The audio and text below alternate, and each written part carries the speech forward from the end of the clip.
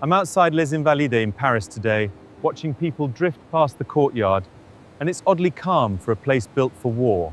Look at the dome and the stone cannons by the gates. This story isn't only about battles, it's about how power gets organized, spent, and defended. Right inside is Napoleon's tomb, and the fact that he ends up here tells you something. Wars don't just end, they get packaged into memory. So to understand why this place matters, we have to go back to the early 1800s, when Europe keeps moving and nobody feels steady. In those years, a law changes, a border shifts, a ship stops sailing, and suddenly a baker pays more for flour. People notice the war at the counter. The mechanism is simple and brutal. Governments raise armies, armies eat and march, and someone has to find the money and the supplies every week. But here's the awkward part. Napoleon wins spectacularly, and the pressure still grows because every victory creates new enemies and new bills. Our route follows that pressure. Austerlitz, then Trafalgar, then Berlin and the ports, then the Niemen, and finally Waterloo and St. Helena. And we start with a hill in winter, Pratzen Heights, because one cold morning there turns a plan into an order, and an order into a continent-wide cost. I'm up on the Pratzen Heights now, and the wind cuts straight through my coat, and the whole field below is white and strangely quiet. You can see why commanders want this ridge.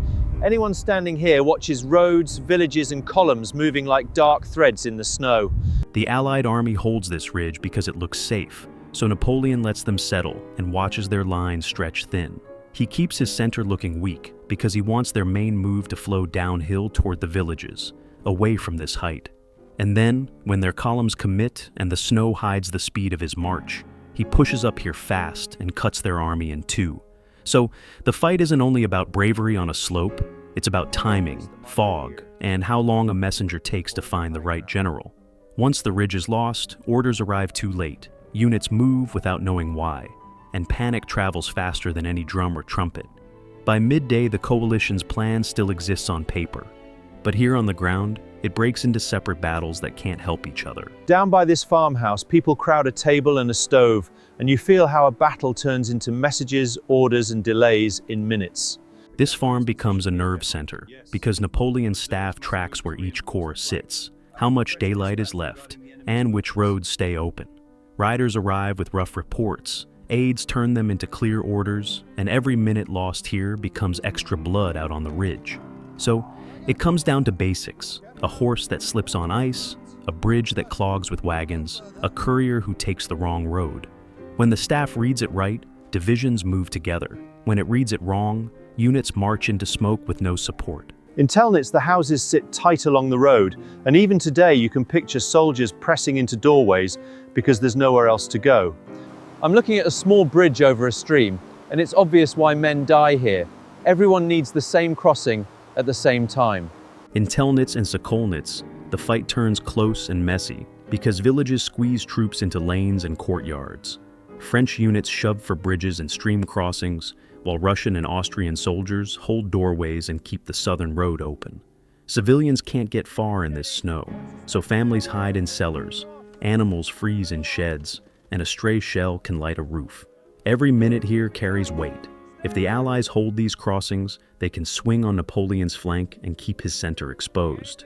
But once Pratzen is lost, these village positions become a trap, because retreat must funnel through the same streets and bridges.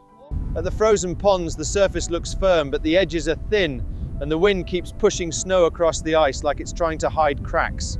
By the ponds, the weather stops being background, because men carry wet coats, numb fingers, and muskets that misfire when powder clumps. When units break and run, they head for what looks like open ground, and ice can look solid from a distance. Some make it across, some fall through, and the rest lose wagons and guns while officers try to pull order back out of a crowd. Afterward, stories simplify this into one big moment, but the cost is quieter: prisoners, frostbite, and a retreat that turns desperate. When this day ends, Napoleon looks unbeatable on land, so we move to the sea next, because Britain answers by cutting routes and chasing fleets. I'm on the harbour edge in Cadiz, watching men coil lines and shove crates, and you can feel how a city holds its breath when ships don't move. People here still talk about the day the sea filled with canvas. If fleets get trapped, the whole port goes hungry, not just the navy. France needs sea control to move troops and threaten Britain, so the fleets gather here and in nearby waters. Britain sees that risk and keeps ships outside the harbor, forcing a fight where escape routes shrink.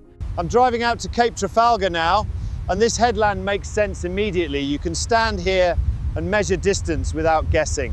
After Trafalgar, Britain holds sea lanes more confidently, which means France can't protect long crossings or move invasions without huge risk. So the pressure shifts. Napoleon leans harder on land power, and Britain leans on trade, credit, and the ability to fund coalitions. In practice, fewer French-backed ships sail safely, insurance costs climb, and neutral captains start calculating routes like gamblers. And because Britain can raid commerce, coastal towns feel it first. Less cargo, fewer jobs, and more young men pushed into service. On the deck of HMS Victory, the boards are narrow under your feet, and it's easy to imagine how crowded this becomes when the guns start.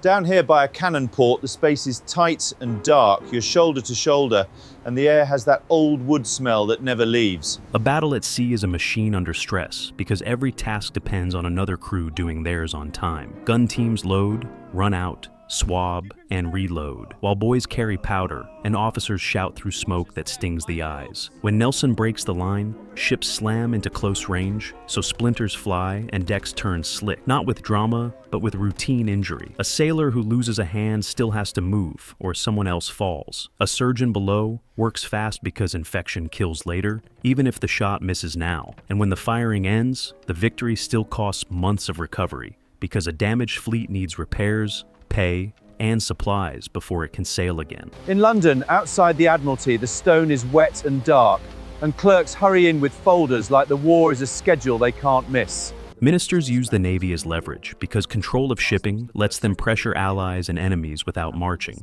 Parliament argues over costs, but credit keeps flowing and coalitions keep forming. Okay, so once the sea route closes, the war doesn't pause. It reroutes through goods, money, and who gets to buy what without being stopped. That's where the blockade logic hardens, because Britain can choke trade from outside, and Napoleon tries to choke it from inside Europe. Which means the next fight isn't a single battle at all. It's customs houses, warehouses, and people taking risks at night to keep buying basics. In Berlin, the order becomes policy, because Napoleon forces Prussia into the continental system and signs the Berlin Decree. It bans British trade, but it also tells every clerk and customs officer what counts as illegal. So, prices jump, merchants hide stock, and ministers promise crackdowns. They can't really deliver, even on day one. I'm in a Berlin office with a heavy desk and a red wax seal on a decree, and you can see how one signature turns into raids, fines, and fear. Now I'm at a damp continental port, watching dock workers roll barrels under tarps, because once sea access shrinks, every crate matters more. The problem is the ports, because Europe still needs coffee, sugar, dye, cotton, and the tools that arrive by sea. So, a blockade turns into routines. Inspectors check manifests, guards seal warehouses, and captains pay fees for papers that might be void tomorrow. British cruisers grab ships outside, and French-aligned customs grab bales inside, which means traders look for flags, forged stamps, and side channels. In practice, fewer cargoes clear legally, so cloth gets scarce, substitutes get worse, and dock workers feel it first when shifts get cut. Out on the coast at night, it's different. Fog, rain, a dark line of surf, and men moving without lanterns because they don't want witnesses. When a small boat comes in like this, what's the first thing that happens on the beach before anyone even talks about money? And if customs patrols tighten the next week, what do smugglers change first? Routes, bribes, or who they sell to?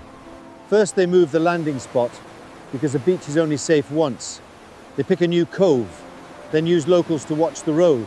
The goods are small and valuable, cloth, sugar, coffee, so they hide them fast in carts or under fish and split the load. And yes, bribes matter, but trust matters more. If a mayor talks or a guard wants glory, people get jailed or shot. Smuggling grows because the rules are predictable, and predictable rules create profit. A boat lands in fog with British cloth or colonial sugar, a middleman spreads it through inns and back rooms, and a local official decides whether to chase or take a cut. So the continental system starts punishing Napoleon's partners as much as Britain, because Holland, northern Germany, and Italy lose revenue when legal trade dries up. Shopkeepers keep doors open by selling contraband, but they raise prices to cover bribes and risk, and ordinary families notice when soap, coffee, and decent fabric disappear. And every seizure creates a new workaround, which means enforcement keeps expanding and the resentment keeps traveling inland. Back in Paris at the customs desks, it's stacks of registers and ink-stained fingers, and the mood is dry because every argument ends in a stamp. In Paris, the blockade becomes paperwork because the state tries to control a continent with stamps, ledgers, and patrols. Officials issue licenses to chosen firms, then revoke them. So traders gamble on connections instead of cargo. Custom squads raid shops, seize stock, and find towns that can't prove where a barrel came from, which pushes mayors to plead for exceptions. So the system feeds itself. More rules create more loopholes, and more loopholes justify more policing. By the time ministers talk about tightening again, they're already thinking about force because trade pressure turns into military pressure. And that's how a fight over goods becomes a fight over borders, because when trade won't bend people, Napoleon tries to make it bend with an army. I'm standing by the Niemen in early summer of 1812, and the air is dry, boots kick up dust where an army wants to cross fast. You see wagons, horses and men packed tight at the waterline, and the simplest risk is already here. If they stall, the supplies stall too. Napoleon crosses the Niemen because trade pressure turns into strategy, and he thinks one hard march forces Russia back in line. He brings a huge army, but that size needs bread, fodder, shoes, and clear roads every day. So the map matters less than the wagons because heat and dust slow them, horses drop, and units spread out looking for food. And once the columns stretch, orders arrive late, which means a small delay at a bridge can ripple into days of hunger. In Vilnius, I'm by storehouses and a long line of carts, and clerks keep writing while soldiers wait for bread that isn't arriving on time. Vilnius fills with paperwork and waiting because supplies arrive late and commanders demand numbers that can't be met.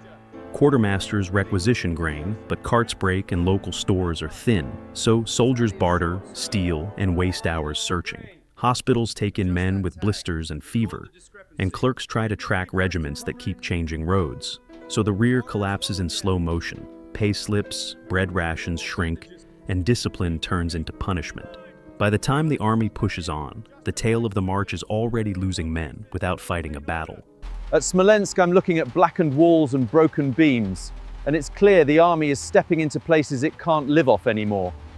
At Smolensk, the campaign starts burning its own fuel because the city fight costs time and shells that can't be replaced quickly. Fires spread through streets, civilians flee with carts, and French units loot food that disappears in a day. So, victory doesn't solve the supply problem. It makes it sharper because the army marches past ruins with nothing left to buy.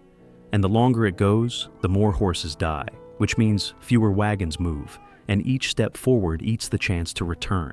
On the Borodino field, the ground is open and flat, and I'm standing near an earthwork where men have to advance with no cover. Smoke hangs low, officers try to pull lines straight again, and the question isn't courage, it's how many bodies a plan can afford. Borodino becomes a resource test because both sides feed men into the same ground until units stop being units and become fragments. French artillery pounds earthworks, Russian infantry holds, and commanders keep asking for one more push that costs another brigade. Medics work in open fields, water runs out, and wounded men block the paths that fresh troops need. So even when Napoleon stays on the field, he can't turn it into a clean decision because his reserves are limited and his army is tired. By night, thousands are gone, and the survivors still have to march, which means the battle doesn't end the campaign.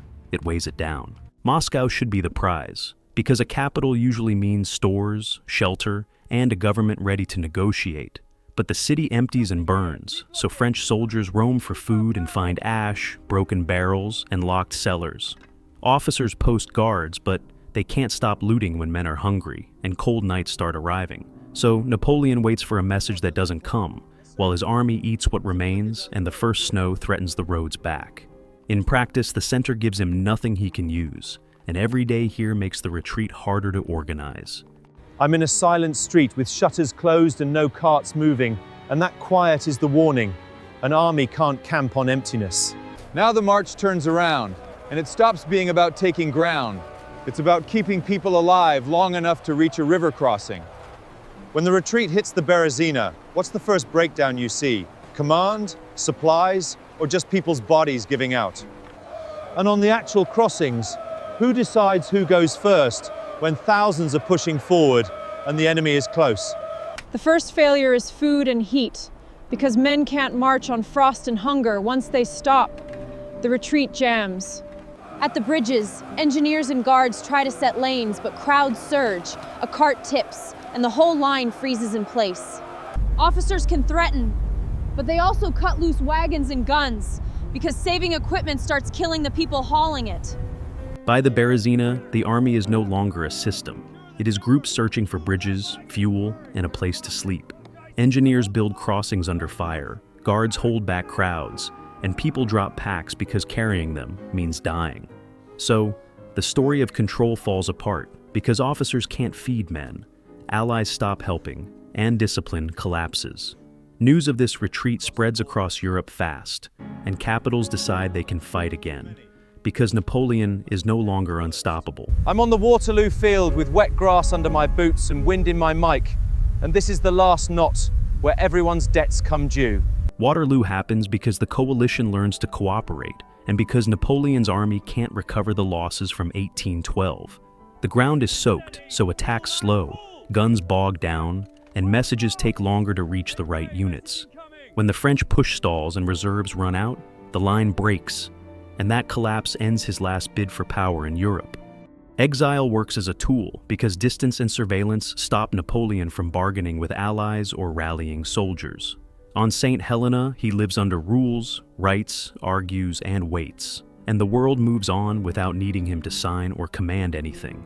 On St. Helena, the air feels different, salt, damp, and isolated, and the house is small enough that his world shrinks to rooms and rules. Back in Paris, this tomb makes him a symbol, but the wars still leave debts, borders, and veterans queuing for pay. And outside Les Invalides at dusk, rain darkens the stone and the courtyard stays calm. So next time, let's follow what Europe builds after the guns stop.